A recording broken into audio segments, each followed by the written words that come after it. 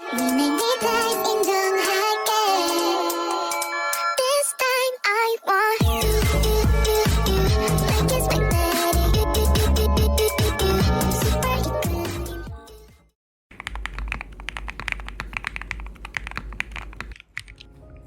Hey Sharon, can you do me a favor? I wanna interview you about some of the problem in English. Yeah, sure. So first of all, can you introduce yourself?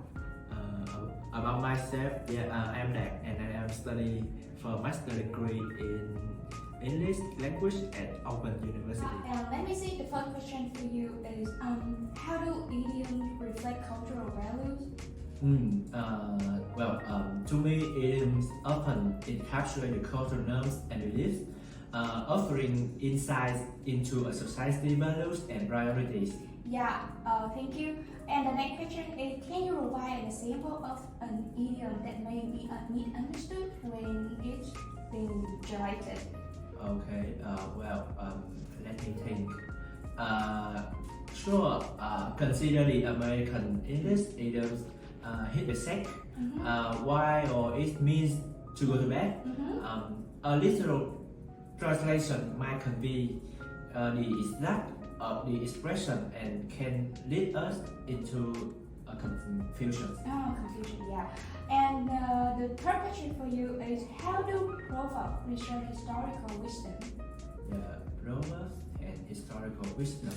In my opinion, proverbs pass down timeless wisdom through generations, and it can often rooted in historical events or cultural practices. And the last question for you, the fourth question. Can you think of a proverb that may lose its meaning when translated? Interesting questions. Of course, the Vietnamese proverb, một miếng khi đói bằng một gói khi no might not present when directly translated, and it can lose its cultural significance. Okay, thank you. Thank you for your cooperation today. Oh, that's all right. Can I interview you some questions about immersion and humor in language? Yes. So the question one, how do immersion contribute to humor in language? I think expression use figurative language or wordplay adding a layer or humor to communication. So is there an immersion that could be challenging to translate, resulting in misunderstanding? Yes, absolutely. Consider the British expression like taking the mickey. Direct translation may not capture its humorous intent, leading to confusion. So in your opinion, do you think there an equivalent expression in another language that conveys a similar humorous intent as taking a mickey? In American English, like billing someone late could be an equivalent, while in Vietnamese, like chọc phá hay là trêu đùa might convey a similar humorous intent. So thank you for your answer. Hello. Could I have you to town because I'm doing a survey. Yeah, of course. Okay, so first of all, can you introduce yourself? My name is Mian. I'm an English language student at Open University. So you are a lecturer in English language, so you must know about idioms, proverbs, and expressions, right? Yes. Okay, so I have many questions to ask you. Okay, so for the first one, that why can idioms, proverbs, and expressions be challenging to translate accurately? These linguistic elements heavily rely on cultural context, making direct translation difficult and potentially leading to misunderstanding.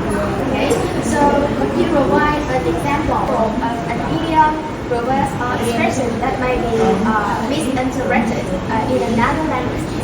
Certainly, English expression "let the cat out of the bag" might not convey the intended meaning when translated directly, and this will lead to confusion.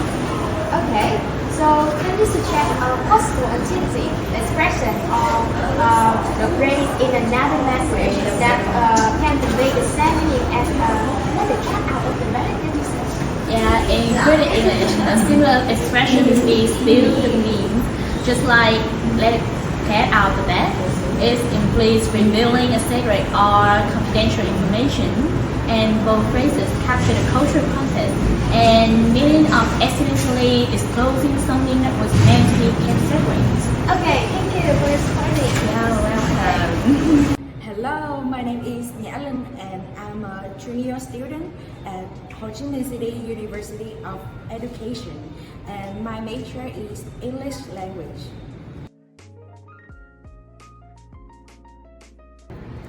I think that translators should understand the cultural context and focus on localization better than just directly translate and because of that it will give accurate translation.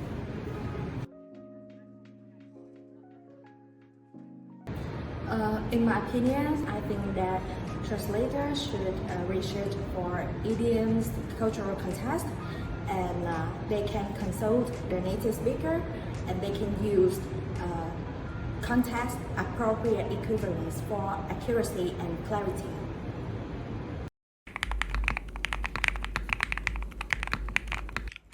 Hey, so hello everyone. My name is Khánh, and after the actual interview, we will discuss and conclude the effects of understanding idioms from English to Vietnamese and about idioms and cultural values. So, idioms are deeply embedded in the cultural norms, beliefs, and experience of a language community.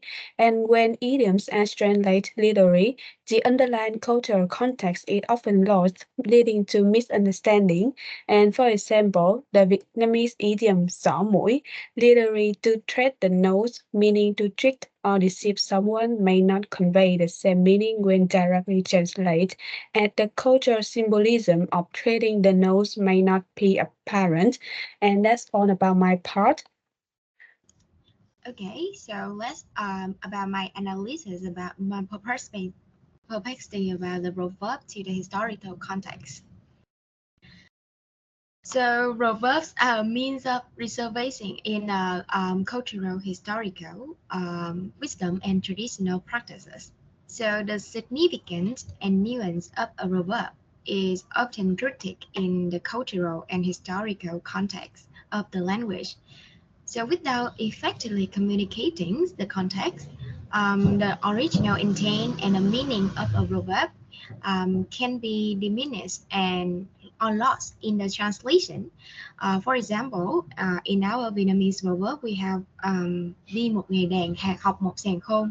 So it's mean a day journey takes more than a years of reading. So may not have the same impact on when directly translated as the underlying value of the experiential learning may not be evident. So that's all about my analysis about the proverb to the historical context. Okay, and right now this is my analysis, and this is also about expression in humor, like language expression relying on the figurative language, wordplay, or cultural references, and this can contribute greatly to the humor, wit, and nouns for the language.